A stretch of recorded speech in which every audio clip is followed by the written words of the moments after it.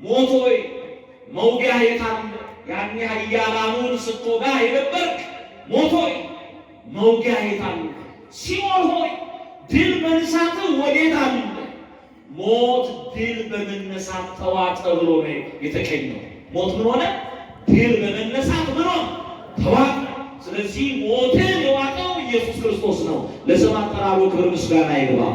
ለዚህ ነው ቅዱስ ጳውሎስ ለእኔ ሕይወት ክርስቶስ ነው፣ ሞትም ደግሞ ጥቅም ነው አለ። አያችሁ፣ አሁን አንድ ሰው ተነስቶ ከዚህ ወደ ተለያየ ዓለም ለመሄድ የተለያየ አየር መንገድ አቋራጭ ተጠቅሞ መሄድ ይችላል አይደል? ወይም ካለበት ዓለም ወደ ኢትዮጵያ ለመምጣት ብዙ አማራጮችን ተጠቅሞ መምጣት ይችላል። ወደ እግዚአብሔር የምንሄድበት ብቸኛው መንገድ የነፍስ ከሥጋ ምን ሆነ? መለየት ነው። ለዚህ ነው ሞት ጥቅም ነው፣ ክርስቶስ ደግሞ ሕይወቴ ነው። በሁለት ነገር ይጨነቃሉ፣ በመሄድና በመኖር። ብኖር ለእኔ የአገልግሎት የሥራ ፍሬ ነው፣ የኔ መኖር ለእናንተ ጥቅም ነው። ለእኔ ግን አለ ይሄድ ከክርስቶስ ጋር ልኖር እናፍቃለሁ።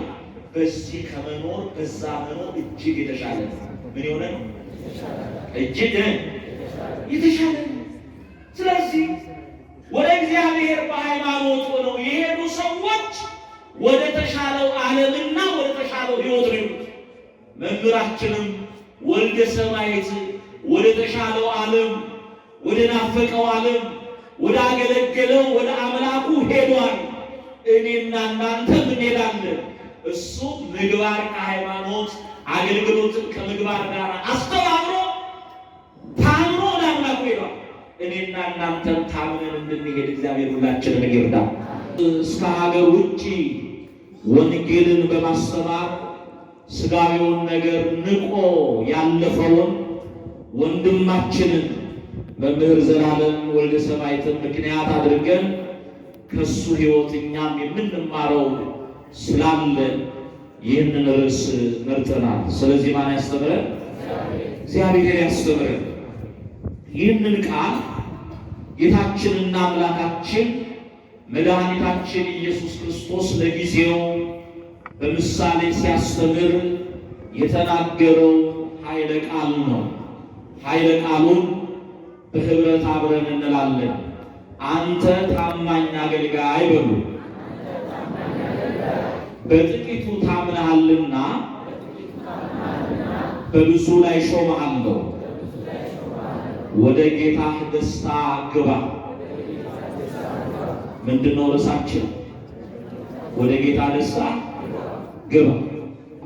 ይህንን ቃል ጌታችንና አምላካችን መድኃኒታችን ኢየሱስ ክርስቶስ በምሳሌ ስለ መንግሥተ ሰማያት ያስተማረው የመጽሐፍ ቅዱስ ክፍል።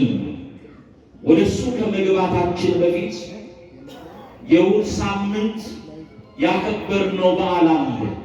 6ኛው ገብርኄር ይባላል። 5ኛው ሰንበት ምን ነበር የሚባለው? አቤት ደብረ ዘይት ነው የሚባለው። በደብረ ዘይት ዕለት የተማርነው ትምህርት ቅዱሳን ደቀ መዛሙርቱ ኢየሱስ ክርስቶስን ጥያቄ ጠይቀውት መልስ ሰጥቷቸዋል። የዓለም ፍጻሜው እና ምልክቱ ምንድን ነው ንገረን ብለው በጠየቁ ጊዜ የዓለም ፍጻሜ ምልክቱን ዘርዝሮ ነግሯቸዋል። ከነገራቸው በኋላ መጨረሻ ላይ ያስጠነቀቃቸው ወይም የሰጣቸው ትልቅ ትእዛዝ አለ። ያ ትእዛዝ በማቴዎስ ወንጌል ምዕራፍ 24 ቁጥር 44 ላይ ተመዝግቦ እናገኘዋለን።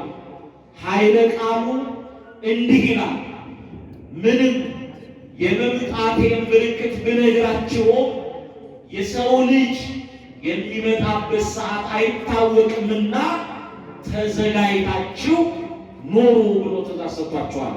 ምን ብላችሁ ኑሩ? ዝም ያላችሁ ምን ብላችሁ ኑሩ? ተዘጋጅታችሁ ኑሩ አለ። ስለዚህ ምን ማለቱ ነው? ይሄ ዓለም የዝግጅት ዓለም ነው። የምን ዓለም ነው?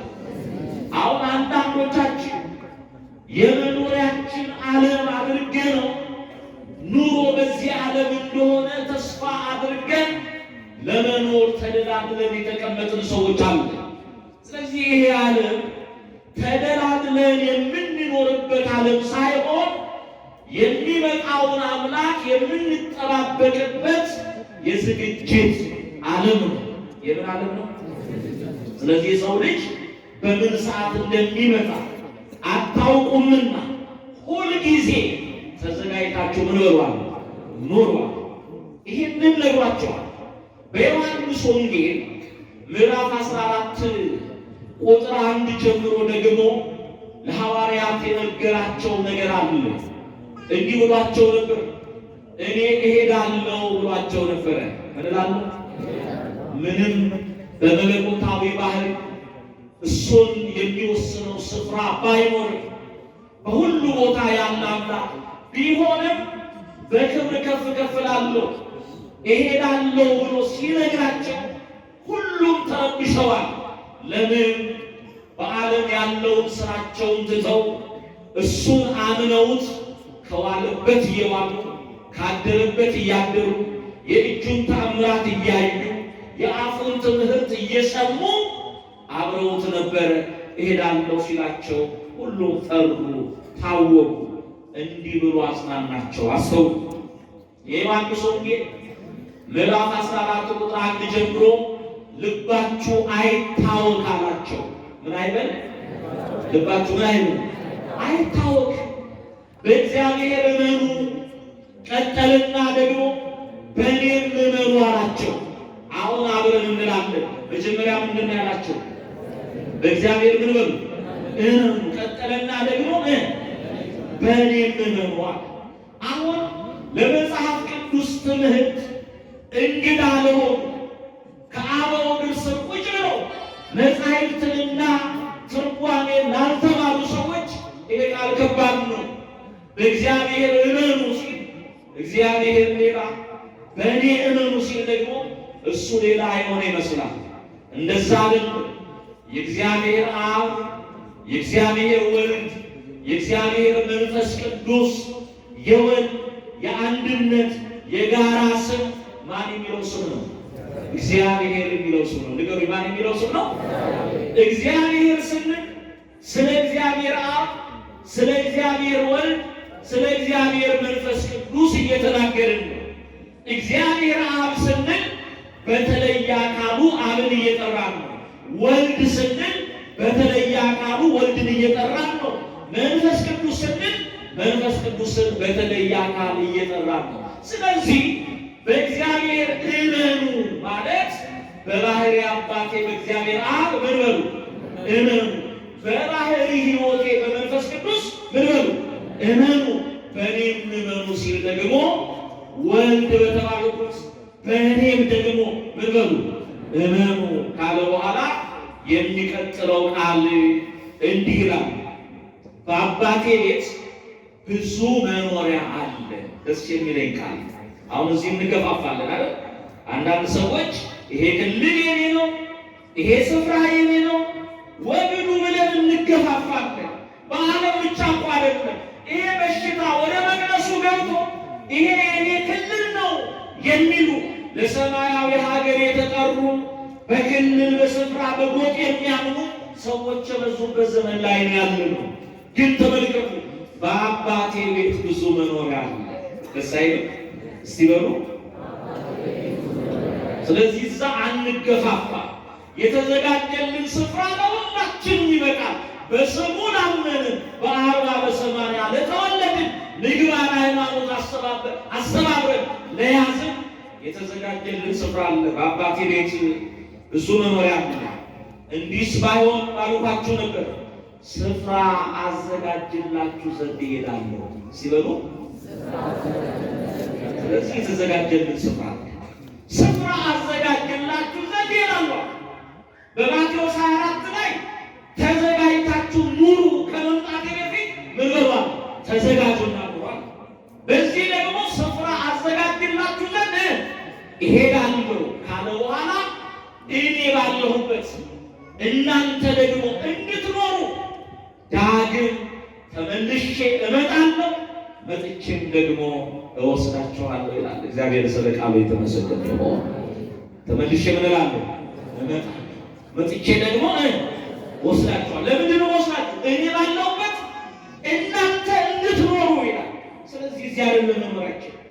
አባታችን ያዘጋጀልን መኖሪያ አለ። በዚያ ነው የምንኖረው ለዘላለም። በዚያ ለመኖር ግን በዚህኛው ዓለም ተዘጋጅቶ መኖር ያስፈልጋል። አምላካችን ይመጣል። ንገሩኝ፣ ምን ይላል? አምላካችን ምን ይላል? ይመጣል። ቀጠሮ አክባሪ ዳግም እመጣለሁ ብሏል። እኛም ደግሞ በየቀኑ በምንጸልየው ጸሎት ላይ መንግስት ምን ትበል ትምጣ እያልን መምጣቱን እየተጠባበቅን ነው። ከመምጣቱ በፊት ከኔና ከእናንተ የሚጠበቅ ብዙ ነገር አለ። ብዙ ነገር አለ። ይመጣል፣ ይወስደናል። እግዚአብሔር ሁላችንን የሚወስደን። ዝም ያላችሁ እናንተንም ይወስዳል። አሁን እያልኩ ያለሁት ማን ይወስደን ነው? እግዚአብሔር ይወስደን። ሰይጣን ይወስደን አላልኩ። እግዚአብሔር ይወስደን። ወደድንም ጠላንም ልክ መምህር እንደተወሰደ እንደሄደ እኔና እናንተ እንወሰዳለን። አንድ ብቻ ሆኖ ነው ለብዙዎች ይደርስ የነበረ ለእውነት ይተጋ የነበረውን ምርጡን አገልጋይ መምህር ከወሰደው እኔም አልቀርም፣ አንተም አትቀርም፣ አንቺም አትቀሪም። ሁላችንም ዝም ያላችሁ ምን አትሉ አትቀሩ። ምን ይላል መሰላችሁ? የእግዚአብሔር ቃል እንዲህ ነው የሚለው በመጽሐፈ መክብብ ምዕራፍ 12 ቁጥር 7 ላይ አፈርን ወደ ነበረበት ምድር ነፍስም ወደ እግዚአብሔር ሳይመለስ ፈጣሪን አስብ። አፈር ወደ ነበረበት ምድር አለ። አፈር ያለው ይሄ አሁን የተሸከምነውን ስጋ ነው። እዚህ ጋር ቆሞ የሚንቀሳቀሰው አፈር ነው። ምንድን ነው? አሁን እያንዳንዳችን የምንመዝነው ፓውንድ አለ ወይንም ኪሎ አለ። 70 ኪሎ 100 ኪሎ የምንመዝን ሰዎች ኪሎ ምንድን ነው ማለት ነው? አቤት አፈር። ዝም ያላችሁ ማረጋገጫ ልስጣችሁ። በኦሪት ዘፍጥረት ምዕራፍ 2 ቁጥር 7 ላይ እግዚአብሔር ሰውን ከምድር አፈር አበጀው፣ በአፍንጫውም የሕይወት እስትንፋስ እፍ አለበት፣ ሰውን ሕያው ነፍስ ያለው ፍጥረት ሆነ ይላል። ስለዚህ የሚንቀሳቀስ አፈር ነው። አፈርም ወደ ነበረበት ነፍስም ወደ እግዚአብሔር ሳይመለስ ፈጣሪ ምን በል አስብ፣ ወይም በሌላ ቋንቋ ተዘጋጅ ማለት ነው። ምን ማለት ነው? አቤት ተዘጋጅ። አሁን እንድንዘጋጅ አምላካችን ነግሮናል። የሞት ቀን እንዳለ ተነግሮናል። ያ የሞት ቀን ከመምጣቱ በፊት መዘጋጀት አለብን። ሞትን ትፈራላችሁ? ዝም አላችሁ? ሞትን ትፈራላችሁ? ብትፈሩ ባትፈሩ መሞት። ስለዚህ መሞት ማይቀር ከሆነ ደግሞ መፍራት የለብን። መጽሐፍ ምን ይላል መሰላችሁ? በመጽሐፈ መክብብ ምዕራፍ 7 ቁጥር 1 ላይ ከመልካም ሽቱ መልካም ሰው እስቲ በሉ ከመወለድም ቀን የመሞት ቀን ይሻላል። ይገርም እኮ አሁን ክፍል ውስጥ እየተማረን ይሄ ምርጫ ሆኖ ቢቀርብልን ከመወለድ ቀን የሞት ቀን ይሻላል የሚለውን እንመርጣለን? አንመርጥም። የትኛው ነው የምንመርጠው? የመወለድ ቀን። ግን ጠቢቡ ሰሎሞን ከሰማይ በታች ያለውን መርምሮ አይቶ ሁሉ ከንቱ መሆኑን ተረድቶ የተናገረው ቃል ነው። እግዚአብሔር ገልጾለት ማለት ነው። ከመልካም ሽቱ መልካም ስም ከመወለድ ቀን የመሞት ቀን ይሻላል። እኛ የመወለድን ቀን ነው የምንመርጠው። ሕፃኑ ሲወለድ እያለቀሰ ነው ከማህፀን ይወጣል። እኛ ደግሞ በሱ ለቅሶ በእልልታም እያጀብን ልጅ ተወለደልን ብለን የምንቀበል። የሚወለድ ሰው መከራ ወዳለበት ዓለም ይመጣል። ልብስ ቀዶ ለመልበስ፣ እንጀራ ቆርሶ ለመጉረስ፣ መሰረታዊ ነገር አሟልቶ ለመኖር ፈተና ወዳለበት ዓለም ይመጣል። ምን የሚሆን ሰው? አቤት የሚወለድ ሰው። የሚሞት ሰው ደግሞ እረፍት ወዳለበት፣ ተድላ ወዳለበት፣ ደስታ ወዳለበት ይሄዳል። በሃይማኖት የተዘጋጀ ከሆነ የሚወለድ ሰው አጋንንት ወደ ሰለጠኑበት ዓለም ይመጣል። የሚሞት ሰው ቅዱሳን መላእክት፣ ጻድቃን፣ ሰማዕታት፣ እመቤታችን ወዳሉበት ይሄዳል። የሚወለድ ሰው ጨካኝ የሆነው የሰው ልጅ ወዳለበት ዓለም ይመጣል። የሚሞት ሰው ደግሞ ቸር ባህሪ ሩሩ ወደሆነ ወደ አምላኩ ወደ ማን ይሄዳል? እንዲህ ያሉ ባነጻጽር ከመወለድ ቀን የትኛው ቀን ይሻላል? አቤት የመሞት ቀን ይሻላል። ይሄንን ነው መጽሐፍ የነገረ። አሁን አንዳንድ ሰዎች ቅዱሳን ካረፉ በኋላ መታሰቢያቸውን ስናደርግ በቃል ኪዳናቸው ስንማጸን ስለተገባላቸው ኪዳን እግዚአብሔር ምሕረት እንዲያደርግልን ስንለምን ሞተዋል እኮ የሚሉን ሰዎች አሉ። የሞቱት ቅዱሳን አይደለም፣ እነሱ ራሳቸው ናቸው በቆማቸው ምን ይሆኑት የሞቱት። ያንን ጎበዝ እንዳለው ማለት ነው አባቴን ቀብሬ ልምጣ ሲል ሙታናቸውን እንዲቀሩ ለሙታን ተው ብሎ ተናግሯል። ስለዚህ በቆማቸው የሞቱ እነሱ ናቸው። ቅዱሳንማ ሞቱ አይደለም የሚባል ከዚህ ዓለም ድካም ምን አሉ አረፉ። የሞተው ስጋ እንጂ ነፍስ አትሞትም፣ ሕያው ናት። ነፍስ ሞተች የሚባለው ሃይማኖት ምግባር ጠፍቶባት ወግጅ ስትባል የዛን ጊዜ ሞታለች። እግዚአብሔር ከነፍስ ሞት ያድነን። ለዚህ ነው በትንቢተ ሕዝቅኤል ምዕራፍ 18 ቁጥር 20 ላይ ኃጢአትን የምትሰራ ነፍስ እሷ ትሞታለች ይላል። ኃጢአትን የምትሰራ ምንድን ነው ያለው? ነፍስ ነው ያለው እንጂ ስጋ ነው። ለምን? በስጋ ጻድቁም ይሞታል፣ ኃጢአተኛው ምን ይሞታል። ለዚህ ቅዱሳን ሞቱ አይባሉም። ኢየሱስ ክርስቶስ ምንድን ነው ያለው ለማርያምና ለማርታ? የዮሐንስ ወንጌል ምዕራፍ 25 ቁጥር 11 ስናነብ ትንሣኤና ሕይወት እኔ ነኝ። ምንና ምን? የሚያምንብኝ ቢሞት እንኳን ምን ይሆናል? ሕያው ይሆናል። ይህንን ወንጌል እኮ ይዘው ነው ቅዱሳን ሞተዋል የሚሉ። ይህን የመጽሐፍ ቅዱስ ክፍል እያነበቡ ነው ሞተዋል የሚሉ። ትንሣኤና ሕይወት እኔ ነኝ አለና የሚያምንብኝ ቢሞት እንኳን ማለቱ በስጋ ቢያንቀላፋ እንኳን ሕያው ይሆናል ማለት በነፍሱ ምን ይሆናል? ሕያው ይሆናል። እዚሁ የማቴዎስ ወንጌል ምዕራፍ 22 ቁጥር 32 ጀምሮ የተጻፈ ቃል አለ። ስለ ትንሣኤ ዘጉባኤ ሲናገር እኔ የሕያዋን አምላክ ነኝ እንጂ የሙታን አምላክ አይደለሁም፣ ያውም የአብርሃም የይስሐቅ የያዕቆብ አምላክ ነኝ ይላል። አብርሃም በስጋ አልሞተም፣ ዝም አላችሁ። ይስሐቅ አልሞተም፣ ያዕቆብ አልሞተም፣ ሞተዋል ይላል። ግን የሕያዋን አምላክ የአብርሃም የይስሐቅ የያዕቆብ አምላክ ነኝ ብሎ የባለጠጋውን የኖኅንና የድሃውን የአልዓዛርን ታሪክም ስናጠና ባለጠጋው እኮ በስጋ ከሞተው በነፍስ ሕያው ከሆነው ከአብርሃም ጋር ነው ሲነጋገር የተሰማው። ስለዚህ ቅዱሳን ሞተዋል አይባልም። በክርስትና ደግሞ ከሞት በኋላ ምን አለ?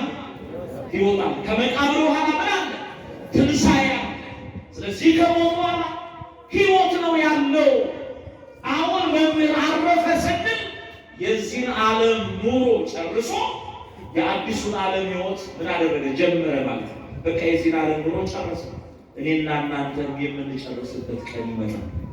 የዚህ ትምህርት ዓላማ የዚህ ርዕስ ዓላማ የሞት ቀን እንዳለ አስታውሰን የሚጠበቅብንን ምግባርና ሃይማኖት አስተባብረን የመጠሪያ ቀናችንን እንጠባበቅ ነው ተዘጋጅተን። ሌላ ግን አሁን ቀን መሽቶ ሲነጋ ምን እየሆነ መሰላችሁ? ከትላንትናው ዛሬ ወደ መቃብራችን ምን ብለን ተጠግተን፣ ነገ ሲነጋ ደግሞ አንድ እርምጃ ወደ መቃብሩ ምን እየሆንን እየተጠጋን ነው። ስንት እርምጃ እንደቀረን ግን አናውቅም። አንድ እርምጃ የቀረው ሊኖር ይችላል፣ 100 እርምጃ የቀረው ሊኖር ይችላል። ግን ሳንዘናጋ ተዘጋጅተን ልንኖር ይገባል። ተዘጋጅተን ስንኖር ሞትን አንፈራው። ወደ አምላካችን መሄድን ነው የምንናፍቀው። ልክ እንደ ቅዱስ ጳውሎስ በፊልጵስዩስ መልእክቱ ምዕራፍ 1 ቁጥር 21 ላይ ቅዱስ ጳውሎስ እንዲህ ይላል፣ ለእኔ ሕይወት ክርስቶስ ነው ይላል። ከእሱ ጋር አብረን እንዘምር። ለእኔ ሕይወት ክርስቶስ ነው በሉ። ሞትም ደግሞ ጥቅም ነው። በጣም የሚገርም ነው። ይሄን ያለው ቅዱስ ጳውሎስ ነው። ሞት ከተሸነፈ በኋላ ሞት ድል ከተነሳ በኋላ የተነሳ ሐዋርያ ነው። እንደውም በሞት ላይ እያላገጠ ቅኔ ተቀኝቷል። ቅዱስ ጳውሎስ እንዲህ ብሎ ሞት ሆይ መውጊያ የት አለ? ያኔ ኃያላኑን ስትወጋ የነበርክ ሞት ሆይ መውጊያ የት አለ? ሲኦል ሆይ ድል መንሳትህ ወዴት አለ? ሞት ድል በመነሳት ተዋጠ ብሎ ነው የተቀኘው። ሞት ምን ሆነ? ድል በመነሳት ምን ሆነ? ተዋጠ። ስለዚህ ሞትን የዋጠው ኢየሱስ ክርስቶስ ነው። ለስም አጠራሩ ክብር ምስጋና ይግባው። ለዚህ ነው ቅዱስ ጳውሎስ ለእኔ ሕይወት ክርስቶስ ነው፣ ሞትም ደግሞ ጥቅም ነው አለ። አያችሁ፣ አሁን አንድ ሰው ተነስቶ ከዚህ ወደ ተለያየ ዓለም ለመሄድ የተለያየ አየር መንገድ አቋራጭ ተጠቅሞ መሄድ ይችላል አይደል? ወይም ካለበት ዓለም ወደ ኢትዮጵያ ለመምጣት ብዙ አማራጮችን ተጠቅሞ መምጣት ይችላል። ወደ እግዚአብሔር የምንሄድበት ብቸኛው መንገድ የነፍስ ከሥጋ ምን ሆነ? መለየት ነው። ለዚህ ነው ሞት ጥቅም ነው፣ ክርስቶስ ደግሞ ሕይወቴ ነው። በሁለት ነገር ይጨነቃሉ፣ በመሄድና በመኖር። ብኖር ለእኔ የአገልግሎት የሥራ ፍሬ ነው፣ የእኔ መኖር ለእናንተ ጥቅም ነው። ለእኔ ግን አለ ብሄድ ከክርስቶስ ጋር ልኖር እናፍቃለሁ። በዚህ ከመኖር በዛ መኖር እጅግ የተሻለ ነው። ምን የሆነ ነው? እጅግ የተሻለ ነው። ስለዚህ ወደ እግዚአብሔር በሃይማኖት ሆነው የሄዱ ሰዎች ወደ ተሻለው ዓለምና ወደ ተሻለው ሕይወት ነው የሄዱት። መምህራችንም ወልደ ሰማዕት ወደ ተሻለው ዓለም፣ ወደ ናፈቀው ዓለም፣ ወደ አገለገለው ወደ አምላኩ ሄዷል። እኔና እናንተም እንሄዳለን። እሱ ምግባር ከሃይማኖት አገልግሎትን ከምግባር ጋር አስተባብሮ ታምኖ ወደ አምላኩ ሄዷል። እኔና እናንተም ታምነን እንድንሄድ እግዚአብሔር ሁላችንን ይርዳል። ስለዚህ ሞት የሚናፈቅ እንጂ የሚፈራ ቅዱስ ጳውሎስ ናፍቆ በዚህ ከመኖር በዛ መኖር እጅግ የተሻለ ነው ብሏል። በዛ የሚኖረው ኑሮ በመጽሐፍ በኩል እንደው በጭላጭል ላሳያችሁና ወደ ርዕሳችን ሄደን ትምህርታችንን እንሰበስባለን። እንዲህ ነው የሚለው ራዕየ ዮሐንስ ምዕራፍ 7 ቁጥር 13 ጀምሮ እንዲህ ነው። ራዕየ ዮሐንስ ምዕራፍ 3 ቁጥር ምዕራፍ 7 ቁጥር 13 ጀምሮ የተጻፈ ቃል አለ። ድል ያደረጉ እስቲ በሉ። ማንን ነው ድል ያደረጉ ስንል ዲያብሎስን፣ ኃጢአትን፣ ክፋትን ድል ያደረጉ ነጩን ልብስ የለበሱ የዘንባባውን ዝንጣፊ የያዙ በበጉ ዙፋን ፊት የበጉን ቅኔ እየተቀኙ መዝሙር የሚዘምሩ የብዙ ጻድቃንን ነፍስ እግዚአብሔር ለዮሐንስ በራእይ ያሳየው። ለማን ያሳየው? ምን ይላል ዮሐንስ ሲጽፍ?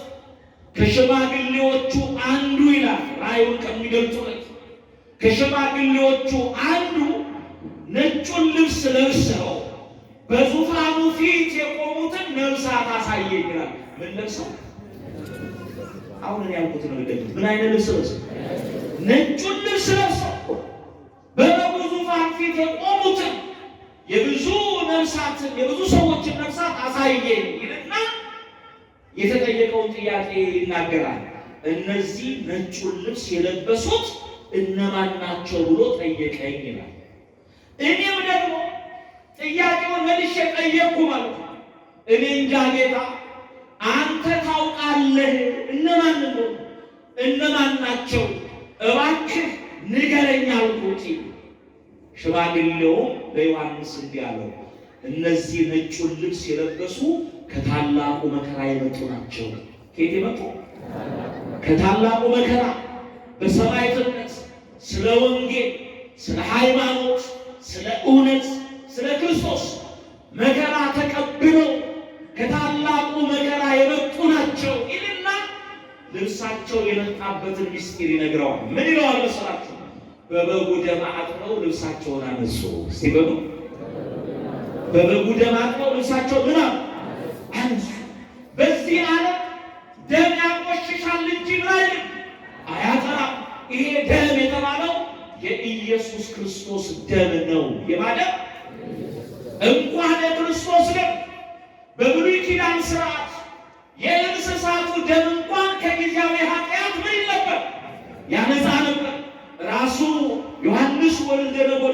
ተነገረ።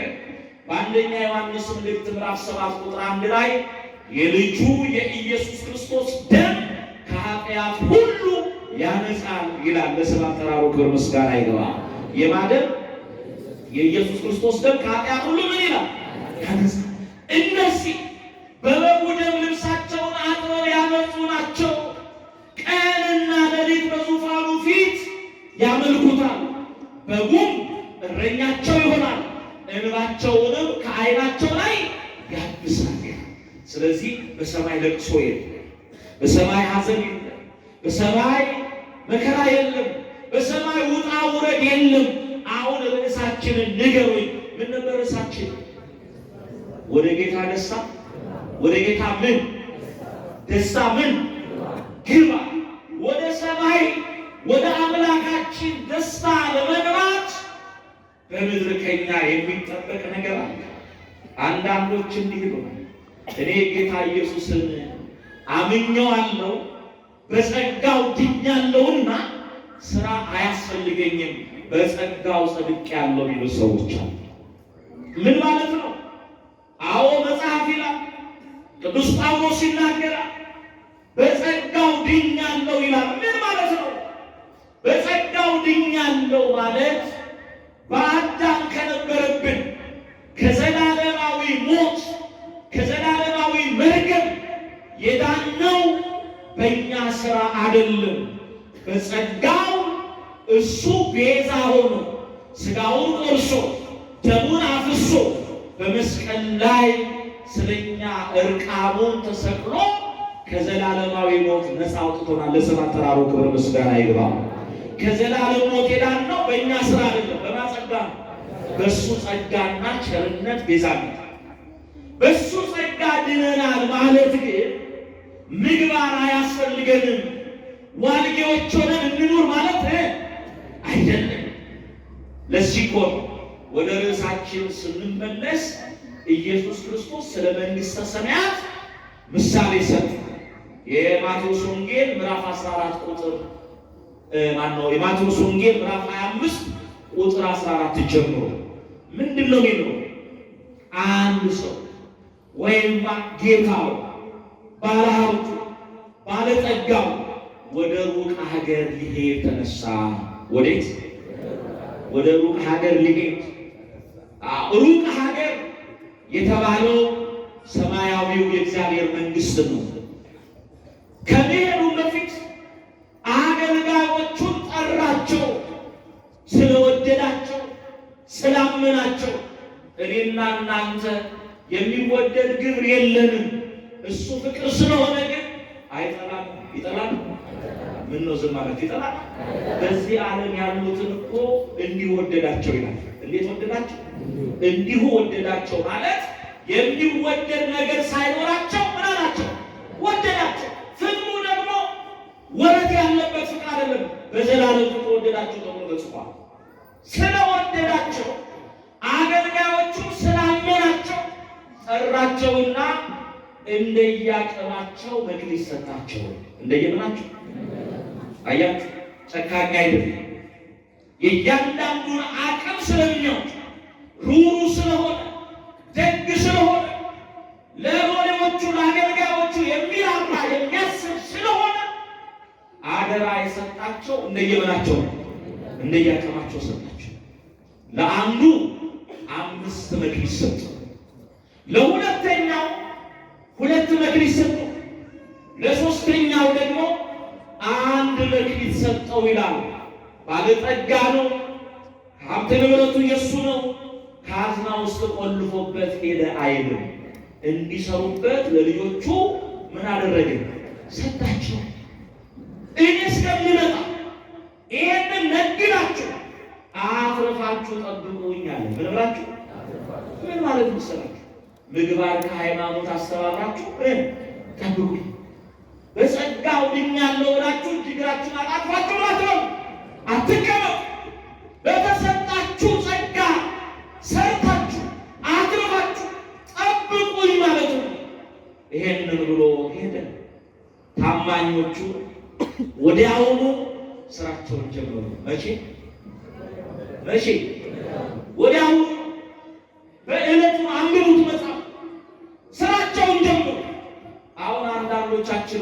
በጎ ስራ ለመስራት ገና ቀጠሮ የያዝን ሰዎች አሉ። ንስሐ ለመግባት ቀጠሮ የያዘ፣ ስጋውን ለመብላት ደሙን ለመጠጣት ቀጠሮ የያዘ፣ ለደካሞች ለተቸገሩት ለመድረስ ቀጠሮ የያዝን አለ። የመዳን ቀን መቼ ነው? ዛሬ አይደለም። ዛሬ ማለት 24 ሰዓት ነው። የመዳን ቀን መቼ ነው? አሁን ነው። ሁለት ሰዎች ላስታውሳቸው። እድሜ ዘመናቸውን ኃጢአት ሲሰሩ ኖሩና የ3 ሰዓት የንስሐ ጊዜ ተሰጣቸው። የስንት ሰዓት? የ3 ሰዓት ጊዜ። እድሜ ዘመናቸው አንጃ ሲቆም ደም ሲያፈሱ ኃጢአት ሲሰሩ ነው። የ3 ሰዓት የንስሐ ጊዜ ተሰጣቸው።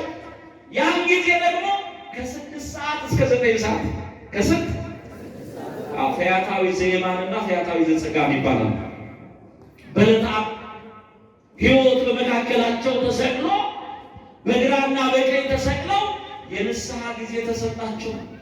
ያ የንስሐ ጊዜ የተሰጠው በግራ ያለው ወንበዴ ሊሞት ጥቂት ቀርቶት ባለችው ሰዓት ኃጢአት ይሰራ ነበር። ምን ያደርግ ነበር? ኃጢአት ይሰራ ነበር። በእድሜ ዘመኑ የሰራው ኃጢአት ለንስሐ የሚያበቃው፣ አሁን ግን በቀረችው ጊዜ የሚሰራው ኃጢአት ደግሞ ለንስሐ የማያበቃው ኃጢአት። ሰውን የሚሳደብ ኃጢአቱ ይሰረይለታል። መንፈስ ቅዱስን የሚሳደብ ግን ኃጢአቱ አይሰረይም። ስርየት ወደሌለው ኃጢአት ሰይጣን ከቶት አምላኩን ሰደበ። ወንጌላዊው ቅዱስ ሉቃስ ሲጽፍልን ስድቡን መድገም ስላልፈለገ ሰደበው ብቻ ብሎ ነው ያስቀምጠው። ምን አለው? ሰደበው። ራስህን አውርድ አድን እኛንም አድን ብሎ ሰደበው አለ። ሌላው ደግሞ መስደብ እንዳይሆንበት አልጠቀሰም። በቀኝ የተሰቀለው ግን አንተ አለው በግራ የተሰቀለው እንዲህ ባለ ፍርድ ተይዘ ሳለ እንኳን እግዚአብሔርን አትፈራምን? ያለ።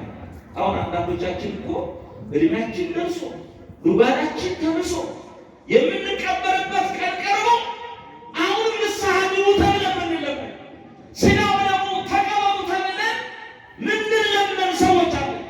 ምን አለ በቀረችን ጊዜ ንስሐ ገብተን ተዘጋጅተን በጎ ሰርተን ብናልፍ። የዚህ ዓለም ደስታ ገደብ አለ። የዚህ ዓለም መከራ ገደብ አለው። ምንም ምቾት ቢኖር እንኳን ሞት ይመጣል። ስቃይ ቢኖር ሞት ይመጣል። ገደብ አለ። ያኛው ዓለም ግን ጊዜ የለውም። የሰማችሁ ምን የለውም? ጊዜ የለውም። ለአዳም 5500 ዘመን ሲለው ያ ተቆጥሮ ጊዜው ደርሶ፣ በዛኛው ዓለም ቀንና ሌሊት ክረምትና በጋ ቀን ሰዓት ደቂቃ የሚባል ነገር የለም። ጊዜ ወደሌለው ዓለም ነው መንገባ። ማቆሚያ ጫፍ ወደሌለው ዓለም በጊዜያዊው ዓለም ተደስቶ በዘላለማዊው ዓለም በመከራ ከብሮ በጊዜያዊው ዓለም በመከራ ኖሮ በዘላለማዊው ዓለም በደስታ መኖር ይሻላል አይሻልም? ስለዚህ ሞኞች አሉ። በቃ ትተነው ምን ይለዋል?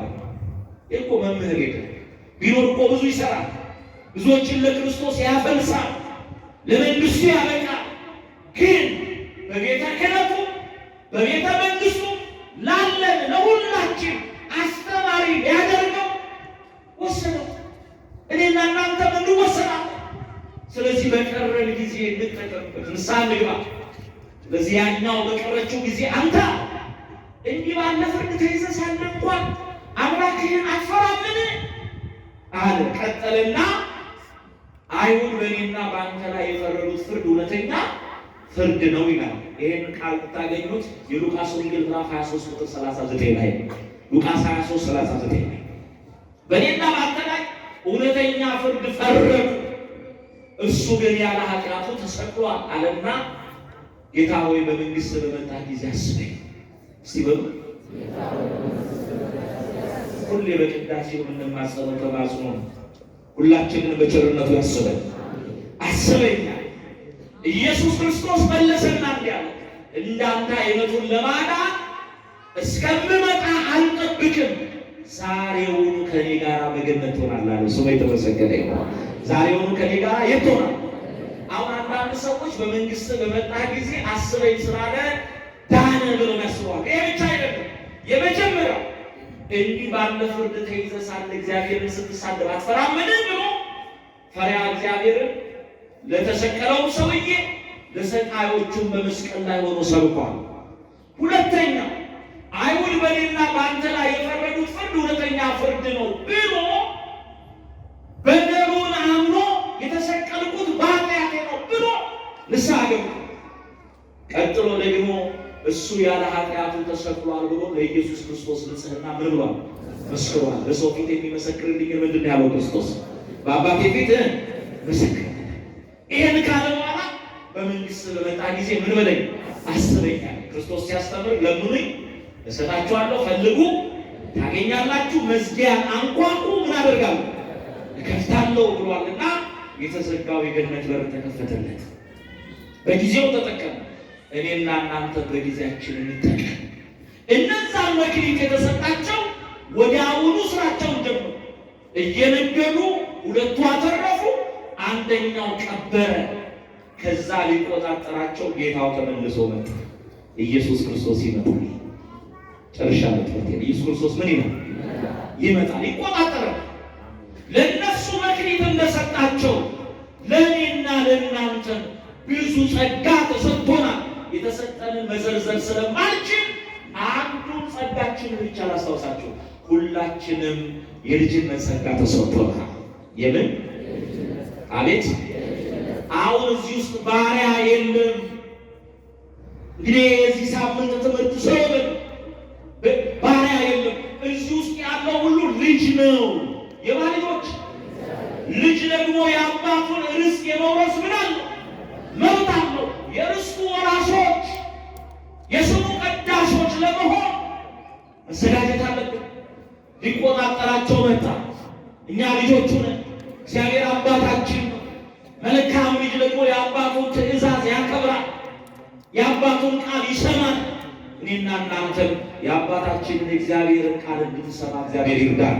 ለዚህ ነው ስንጸልይ አባታችን ወይ ብለን በልጅነት ስልጣን ሆነ አባታችን ወይ ብለን ነው መጣ። ሊቆጣጠራቸው መጣ። እኔና እናንተንም የተሰጠንን ጸጋ ይዘን እንድናተርፍበት ጊዜ ሰጥቶናል። ሊቆጣጠረን ይመጣል። ሊቆጣጠራቸው መጣ። 5 የተቀበለው ይላል። ስንት የተቀበለው? 5 የተቀበለው ወደ ጌታው ቀረበና ጌታዬ ሆይ ወጥቼ ወርጄ ደክሜ በሰጠኸኝ 5 ላይ 5 አትርፌአለሁ ብሎ 10 አስረከበ። እግዚአብሔር ለዚህ ክብር ያበቃ። ስንት አስረከበ? 10። እንዲህ አለው፣ አንተ ታማኝ አገልጋይ። እስቲ በሉ ታማኝ አገልጋዮች እንድንሆን እግዚአብሔር ይርዳ። አሁን አገልጋይ ሲባል የካህናት፣ የሰባኪያን፣ የዘማሪያን፣ የቅዳሴያን ብቻ አይደለም። ሁላችንም እንደተሰጠን ጸጋ መጠን አገልጋዮች ነን። ምንድን ነው ያልኳችሁ? ምንድን ነን? ካህናት ነን፣ አገልጋዮች ነን። ክህነት ለተሰጣቸው መቅደስ ገብቶ መቀደስ፣ ቆሞ መስበክን፣ ግቢውን መጥረግን ዋጋውና ሽልማቱ ስንት አይነት ነው? አንድ ነው። አንተ ታማኝ አገልጋይ በጥቂቱ ታምነሃል። በሉ ሁላችሁ ይንቃል። እኔና እናንተ በጥቂቱ መታመናቅቶ ነው። ሌላውን ተውት። ሰሞኑን ይሄው ትምህርት ስለሆነ የሚሰጠው በሌላ አቀራረብ ለሶስት ቦታ አስተምረዋል። እናንተን ደግሞ አንድ ነገር ልጠይቃችሁ። በዚህ በአየር ጤና ኪዳነ ምሕረት ወርኃዊ በዓል ለማክበር ቃሉን ለመስማት በዚህ የተሰበሰባችሁትን አንድ ነገር ልጠይቃችሁ። ምንድን ነው ያለው? ለዛ ሰው በጥቂቱ ምን ብለሃል? ታምነሃል። እኔና እናንተ ሌላው ይቀር በአስራታችን ታማኞች ነው። ዝም አላችሁ ይላል። አያችሁ፣ እግዚአብሔር በሰጠን ነገር እንኳን አልታመንም። 10 ብር ሰጥቶ 1 ብር አምጡ አለ። 9ኙን ለእናንተ ወሰዱና 1ዱን ለእኔ አምጡ አለ። 9 ወስደን 1ዱን የከለከልን እኮ ንፉጎች ነው። 100 ሰጥቶ 90ው ለእናንተ 10ሩ ለእኔ ብሎ በዚያ አልታመንም ነው። ለዚህ ሰው የተነገረውን ቃል እንስማ። በጥቂቱ ታምነሃልና በብዙ ላይ ሾመሃለሁ። እስቲ በሉ አያችሁ፣ በንግዳችን በስራችን የጨበጥነው የማይባረክልን ተሳቀን የምንኖረው በጥቂቱ ስላልታመነው ነው። በጥቂቱ ብንታመነው እግዚአብሔር በብዙ በረከት ላይ ሾመናል። ስለዚህ በጥቂቱ እንታመነው። ይሄን እንደ ምሳሌ ያነሳው እንጂ በሁሉ ነገር ለማታማኞች ነው። ጊዜ ስለሚገድበኝ ለማታማኞች ነው። በጥቂቱ ታምናሃልና በብዙ ላይ ምን እላለሁ እሾምሃለሁ። ወደ ጌታ ገሳ ምን በል ግባ። ሁለት የተቀበለው መጡ። ወጥቼ ወርጄ ነግጄ አትርፌያለሁ። ሁለት ሰጥተህ የነበረ እንካ ብሎ አራት አድርጎ አስረከበ። አሁን ተመልከቱ።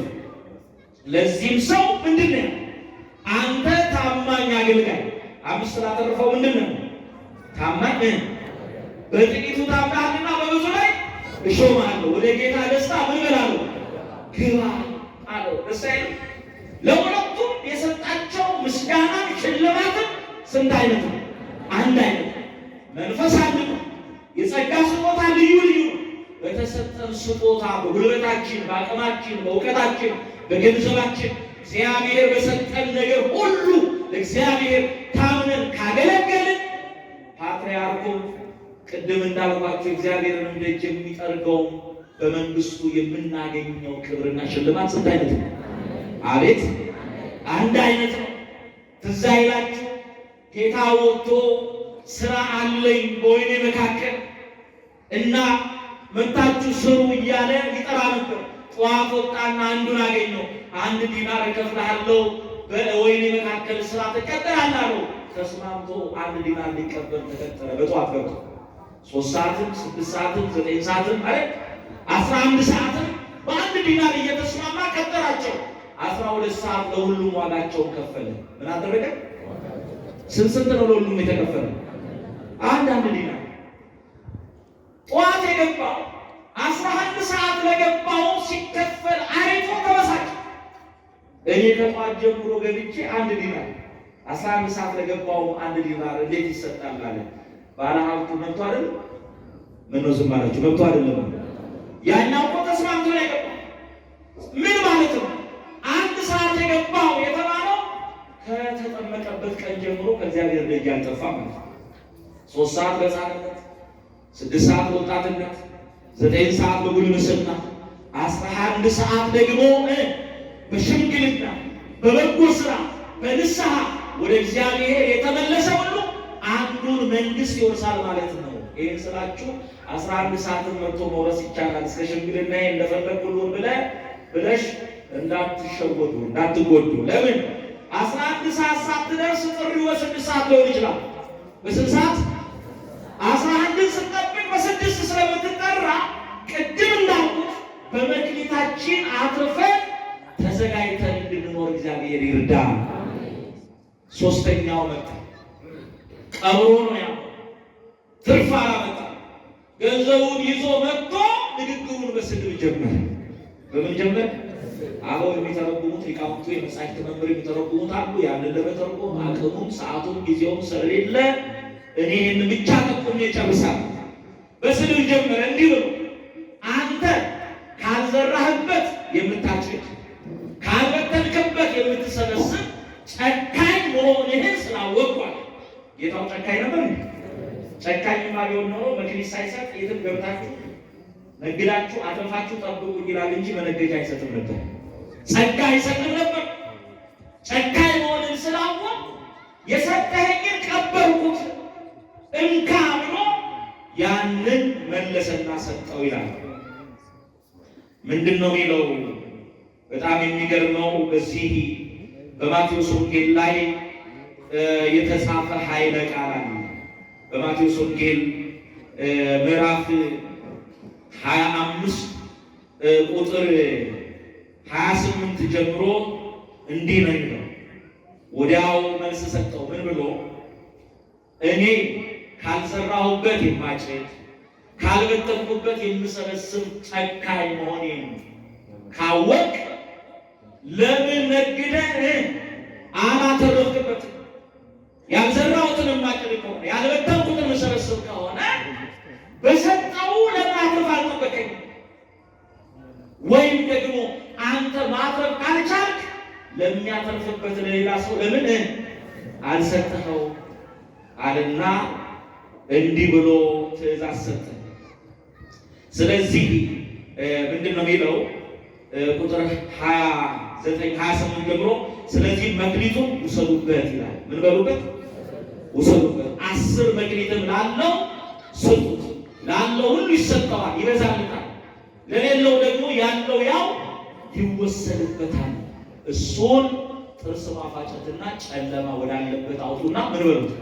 ጣሉታል። አሁን እዚህ ላይ ላለው ይሰጠዋል፣ ለሌለው ደግሞ ያለው ይወሰድበታል። አንዳንድ ሰዎች ከድሃው ላይ ተወስዶ ለባለጠጋ ይሰጣል ብለው የሚያስቡ ሰዎች አሉ። ላለው ይሰጠዋል፣ የሌለው ደግሞ ያለው ይወሰድበታል ማለት አምላካችን ለሁላችንም የሰጠን ምን አለ? ጸጋ ነው። ቅድም እንዳልኳችሁ የልጅነት ጸጋ፣ ያንን የልጅነት ጸጋ ይዘን በምግባር በሃይማኖት ኖረን ለእግዚአብሔር ታምነን ስንኖር እግዚአብሔር በጸጋ ላይ ጸጋ በክብር ላይ ክብር ይጨምርልናል። ያለንን ይዘን የምንበድል ደግሞ ከሆነ የምናጠፋ ከሆነ እንኳን ሌላ ሊሰጠን ያለንን የልጅነት ጸጋ ይወሰድብናል። እንዳይወሰድብን እግዚአብሔር ሁላችንን ይርዳል። እሱን ጥርስ ማፋጨት ወደ ጨለማው ጣሉ ተባለ። እነዛ ደግሞ ወደ ጌታ ደስታ ምን በሉ ተባሉ? ግቡ ተባሉ። እኔና እናንተም እግዚአብሔር ሲመጣ ይጠይቀናል። የመጨረሻው ጥቅሳችን ራዕየ ዮሐንስ ምዕራፍ 22 ቁጥር 12 ነው። ምናልባት ራዕየ ዮሐንስ ምዕራፍ 22 ቁጥር 12 ላይ እነሆ በቶሎ እመጣለሁ። በምን እመጣለሁ? ለእያንዳንዱ እንደ ስራው መጠን ከፍለው ዘንድ አለ። እንደምኑ? እንደ ሀብቱ፣ እንደ እውቀቱ፣ እንደ ጉልበቱ አላለ። ለእያንዳንዱ እንደ ስራው መጠን ከፍለው ዘንድ ዋጋዬ ከኔ ጋር ነው ብሏል። የሚመጣው እንደ ስራችን ምን ሊለን ይከፍ በጎ የሰሩትን ወደ ጌታ ደስታ ምን በል ግባ ብሏቸዋል። አገልጋዩንም መምህርን ወልደ ሰማዕትን ወደ ጌታ ደስታ ግባ ብሎት እሱ ያለው አሁን በጌታው ምንድን ነው? ደስታ። እኔና እናንተ አሁን የሚጠበቅብን ለመምህር ማልቀስ አይደለም። በሕይወተ ሥጋ እያለ በልባችን ላይ የዘራውን የወንጌል ዘር ይዘን በጎ ሰርተን ፍሬ አፍርተን አምላካችንን ተዘጋጅተን መጠበቅ ነው። ተዘጋጅተን ስንጠብቅ እኛንም ወደ ጌታው ደስታ ምን ይለናል? አቤት ያስገባል። አንድ ነገር ልንገራችሁ። ሰው በዚህ ዓለም ያለ መልካም ነገር ሲያገኝ ደስታ የሚገባው ወደ ልቡ ነው። ወዴት ነው? ጥሩ ነገር ስታገኙ ወደ ልባችን ምን ይመጣል? ደስታ ይመጣና ደስ ይለናል። ያ ደስታ ይቆያል? አይቆይም። ሌላ መከራ ሲመጣ ደግሞ ምን ይሆናል? ደስታው ይወጣና ልባችን በሐዘን ይሞላል። ስለዚህ በዚህ ዓለም ደስታ ጊዜያዊ ነው። ለዚህ ነው ዘላለማዊ ደስታ ለማግኘት ገነት መንግሥተ ሰማያትን ምን ነው ምንናፍቀው። በሃይማኖት ኖረን እግዚአብሔርን አስደስተን ስናልፍ ግን ደስታ አይደለም ወደኛ የሚገባው፣ እኛን ሄደን ወደ ደስታ ውስጥ የምንገባው። እግዚአብሔር ሁላችንንም ወደ ደስታው ያስገባል።